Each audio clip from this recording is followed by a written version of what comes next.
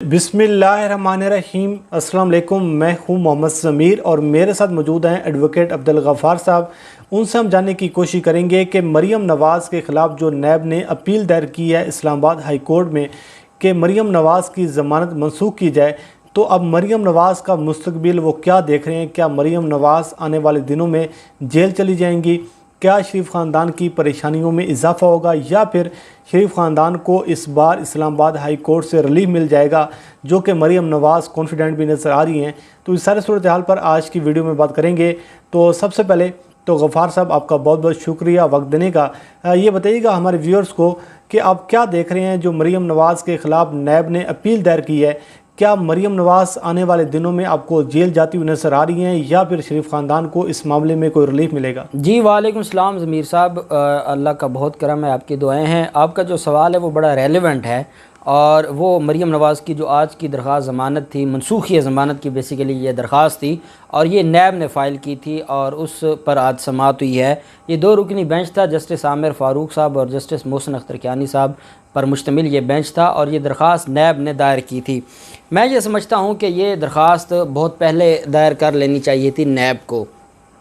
नैब यह समझता रहा कि शायद अपील पर बहस होगी, अपील पर समाअत हो जाएगी और अपील का मामला आगे चलेगा, लेकिन क्योंकि ये 2018 में इनकी सज़ाएं सस्पेंड हुई थी और सस्पेंड होने के बाद ये 3 साल से आज़ाद घूम फिर रहे हैं और इनकी अपीलें भी पेंडिंग पड़ी हैं और इनकी सज़ाएं भी सस्पेंड हो गई हैं। और आप जानते हैं कि जैसे नवाज़ शरीफ की जो अपीलें थी, जब वो खारिज हुई हैं तो उसके बाद उसकी सज़ा पर अमल दरामद शुरू हो गया है और जो 8 मिलियन पाउंड जुर्माना था उसकी रकम नवाज़ शरीफ के असासों से रिकवर होना शुरू हो गई है। तो ये जो सहारा है अपील की पेंडेंसी का और साथ जो सज़ा को सस्पेंड करवाया जाता है और सस्पेंशन की एप्लीकेशन दी जाती है, ये चीज़ें यही असल में हमारे कानून का बहुत बड़ा एक मैं ये समझूंगा कि एक ऐसा पॉइंट है जिसके ऊपर मैं ख़िलाफ़ करता हूँ और मैं ये समझता हूँ कि ये नहीं होना चाहिए। जब जिसको सज़ा हो जाए, सज़ा होने के बाद जब तक उसकी अपील पेंडिंग है उसको जेल में रहने दें और अगर वो सज़ा में बरी हो जाएगा तो बरी हो जाएगा, नहीं होगा तो वो जेल में रहेगा। लेकिन लोग यहाँ सज़ाओं में सज़ाएँ उनकी सस्पेंड हो जाती हैं और वो 6-6 साल तक केस फिक्स नहीं होने देते। आप देख लें, हनीफ अब्बासी को सज़ा हुई थी, उसकी भी सज़ा लाहौर हाई कोर्ट से सस्पेंड हो गई थी और वो आज तक बाहर घूम रहा है। तो ये चीज़ें नहीं होनी चाहिए बहरहाल, क्योंकि हमारा एक निज़ाम है और उस निज़ाम में हमने रहना है। और बदकिस्मती यह है कि हमारी जो पार्लियामेंट है वो कानून बनाने में नाकाम रही है और पिछले 70 सालों में जो हमारी पार्लियामेंट है, चाहे वो डिक्टेटरशिप के दिन हो, चाहे वो सिविल डिक्टेटरशिप हो, जो सिविल पॉलिटिशियंस हैं वो भी, क्योंकि हमारे जो माजी में जितने भी पॉलिटिशियंस हैं वो डिक्टेटर ही थे, तो चाहे वो सिविल मार्शल लॉ हो या वो फ़ौजी मार्शल लॉ हो, दोनों सूरतों में कवानीन के ऊपर काम नहीं किया गया और जो हमारे बेसिक कवानीन थे उनके अमेंडमेंट्स के लिए कुछ नहीं किया गया। यही वजह है कि आज हम यहाँ पर खड़े हैं और ये जो लेक्यूनाज हैं उसका फ़ायदा ले जाते हैं ये ताकतवर लोग। और इन ताकतवर लोगों ने ख़ुद इस कानून को नहीं छेड़ा क्योंकि वो ख़ुद इसके बहुत बड़े बेनिफिशरी हैं और वो नहीं चाहते कि इस कानून में कोई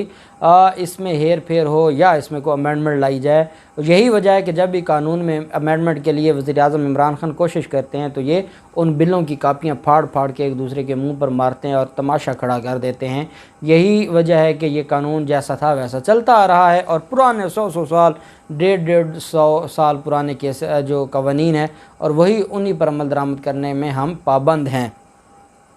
अब आज जब दरख्वास्त ज़मानत दायर की तो नैब का ये मौक़िफ़ था, डिप्टी प्रोसिक्यूटर नैब हैं मुज़फ़्फ़र अब्बासी साहब, सरदार मुज़फ़्फ़र अब्बासी साहब, उनकी तरफ से अदालत में ये मौक़िफ़ अख्तियार किया गया कि मरीम नवाज़ को जो रियायत दी गई है, कंसेशन ऑफ बेल दी गई है, वो इसके हक़दार नहीं है और उसको ये बेल नहीं मिलनी चाहिए और उसकी जो सज़ा सस्पेंड हुई थी वो नहीं होनी चाहिए। और मुजरिमा को इस केस में तो ये मुजरिमा है और डिस्क्वालीफाई है हमेशा हमेशा के लिए। हमेशा हमेशा के लिए इसलिए कह रहा हूँ कि अभी तो और भी केस हैं, अगर 10 साल इसमें डिस्क्वालीफाई रहेगी और ये अपनी सज़ा मुकम्मल होने के बाद तो बाकी भी इसके ख़िलाफ़ आमदन से ज़्यादा सासजात की अलग इंक्वायरी है, चौधरी शुगर मिल की अलग इंक्वायरी है, जाती उमरा राजी केस में अलग इंक्वायरी चाह रही है। तो ये ऐसे ही सज़ा होती रहेगी और ये हमेशा के लिए डिस्क्वालीफाई हो जाएगी।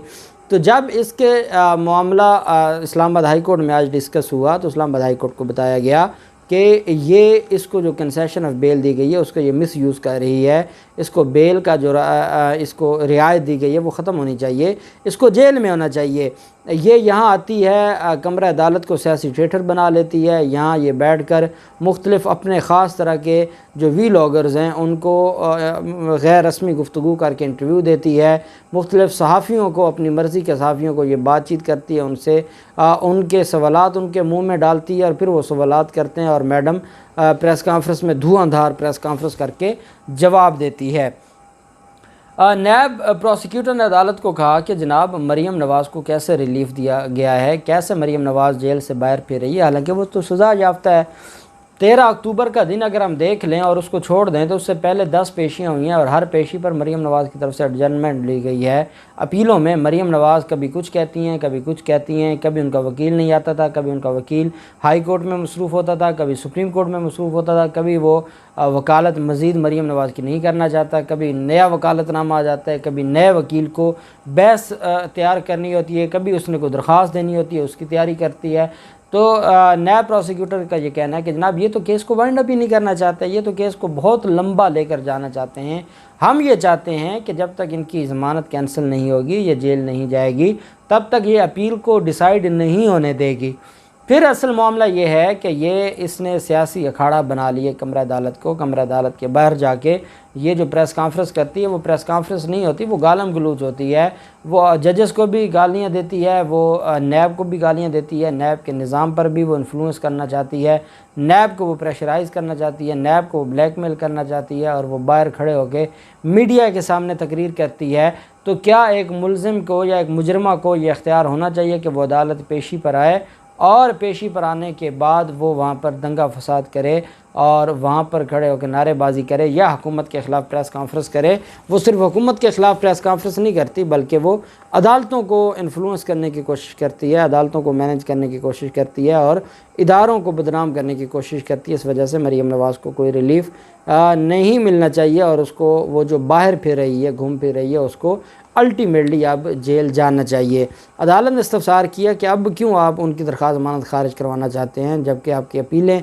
फ़ाइनल स्टेज पर हैं। तो उस पर अदालत को बताया गया कि हम जानते हैं हमारी अपीलें फ़ाइनल स्टेज पर हैं, लेकिन इस मौका पर अगर मरीम नवाज़ को जेल ना भेजा गया तो मरीम नवाज़ सारे के सारे केस को ख़राब करेगी। मरीम नवाज़ इस वक्त इस हद तक ज़हनी तौर पर कंफ्यूज हो चुकी है और खौफज़दा हो चुकी है कि वो किसी भी हद तक जा सकती है, वो कोई भी वकूआ बना सकती है, वो कोई भी ऐसा काम कर सकती है जिससे इदारों के लिए इदारों का नुकसान हो, इदारों के की बदनामी हो और रियासत की बदनामी हो। तो इस वजह से मरीम नवाज़ की दरख्वास्त ज़मानत खारिज होनी चाहिए। साथ कहा गया कि मरीम नवाज़ जानबूझकर कारकुनान को जमा करती हैं, वो कारकुनान अदालतों के बाहर आके अदालतों के ख़िलाफ़ नारेबाजी करते हैं, वो बेसिकली प्रेशराइज़ कर रहे होते हैं पूरे अदालती निज़ाम को। और ऑनरेबल कोर्ट से कहा कि इनकी दरख्वास्त खारिज होगी तो हमारी जो इनकी जो ज़मानत है वो खारिज होगी तो तभी हमें रिलीफ़ मिलेगा। अदालत ने इनकी जो तफसीली जो समात है और तफसीली जो इनका आर्गूमेंट्स है वो सुने हैं। अदालत ने कहा है कि हम इस केस को भी 17 नवंबर तक के लिए मुलतवी कर देते हैं, क्योंकि पहले इनकी अपील 17 नवंबर के लिए पेंडिंग पड़ी है, फिर इनकी जो मुतफरक दरखास्तें हैं वो 17 नवंबर के लिए पेंडिंग पड़ी हैं। तो ये दरख्वास्त भी हम 17 नवंबर को ही सुनेंगे और हम कानून के मुताबिक देखेंगे कि आया इस सारे मामले में रिलीफ बनता है नहीं बनता, क्या जो जिस तरीके से सज़ाएँ सस्पेंड हुई थी क्या वो दुरुस्त हैं या गलत हैं, क्या इसको जेल जाना चाहिए या नहीं जेल जाना चाहिए। क्योंकि जिस दिन ये बहस होगी उस दिन मरीम नवाज़ ख़ुद भी अदालत में मौजूद होंगी और मरीम नवाज़ ने जो अपनी दरख्वास्त दायर करके रिलीफ़ लेने की कोशिश की थी और वो गालम गलूज पर मबनी वो दरख्वास्त थी, उसमें तो वो नाकाम हुई है। अब क्या ज़मानत कैंसिल होती है? क्योंकि मैं ये समझता हूँ कि अगर अपीलों पर 2-3 तारीख़ों पर रेगुलर बहस हो गई तो अपीलें डिसाइड हो जाएंगी। इस वजह से अबूरी ज़मानत की जो ज़मानत की दरख्वास्त है वो उसका वैसे भी फ़ायदा कोई नहीं है, लेकिन नैब सिर्फ प्रेशराइज़ करना चाहता है मरीम नवाज़ को कि वो अपनी ज़ुबान को लगाम दें और अदालतों में कानून के मुताबिक अपना केस लड़ें, चुगलियाँ लगा के, ग़ीबत करके, गिले शिकवे करके वो केस न लड़ें। तो ये आज की उनकी दरख्वास्त की जो है वो डिटेल्स थी। 17 नवंबर को अब इसके ऊपर समाअत होगी तो उसका भी इंशाअल्लाह उसकी डिटेल्स भी हम शेयर करेंगे।